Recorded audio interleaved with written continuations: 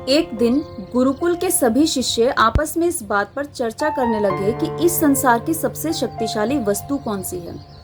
कोई कुछ कहता तो कोई कुछ कहता, लेकिन इसका निर्णय नहीं हो पाया। तब सारे शिष्य अपने गुरुजी के पास गए। गुरुजी ने उनकी बातें ध्यान से सुनी और फिर कुछ सोचने के बाद बोले कि तुम सबका दिमाग खराब हो गया है, क्या बेकार के प्रश्न कर रहे हो। और वो वहां से उठ के चले गए।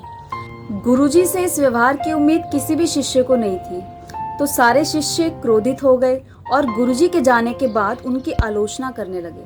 अभी शिष्य आलोचना कर ही रहे थे कि तभी गुरुजी वहां आए और बोले कि मुझे तुम सब पर गर्व है।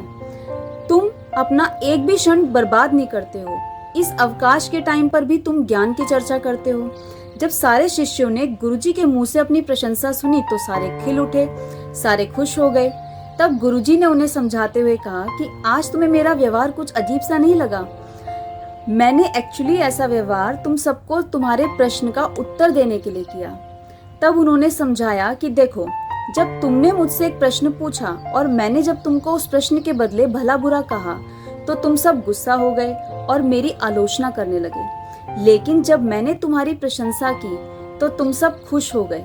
इस संसार की सबसे शक्तिशाली वस्तु हमारी वाणी है। जी हाँ, वाणी से ही मित्र को शत्रु और शत्रु को मित्र बनाया जा सकता है। यदि आपकी वाणी मधुर है तो आप किसी को भी अपनी तरफ आकर्षित कर लोगे। गुरुजी की बातें सुनकर सारे शिष्य संतुष्ट हो गए और फिर वह मधुर वाणी में बोलने का प्रयास करने लगे।